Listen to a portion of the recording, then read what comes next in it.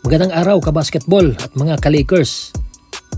Patagumpay na naman na naiuwi ng Los Angeles Lakers ang panalo ngayong araw laban sa Sacramento Kings sa score na 127-120. Kahit nakulang ang lineup at hindi nakapaglaro ang kanilang mga superstars na sina LeBron at Luka, naging compose at pumalag ang Lakers na pinangunahan ng kanilang third scoring option na si Austin Reeves na nagtala ng 51 big points, 10 rebounds at 9 assists. Naghalimaw at nagpatunay naman ng kanyang kakayahan bilang defensive anchor ang kanilang sentro na si DeAndre Ayton na nagbigay ng 22 points at 15 rebounds.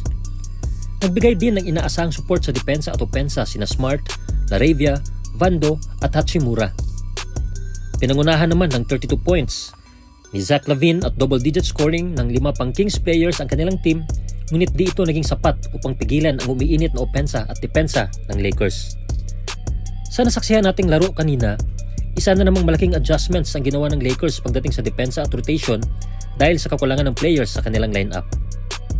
Sa tingin ninyo mga kabasketball at mga ka-Lakers, ano pa ang kailangan gawin ng Lakers upang mapanatili ang momentum at makasungkit ng mas marami pang panalo sa season na ito?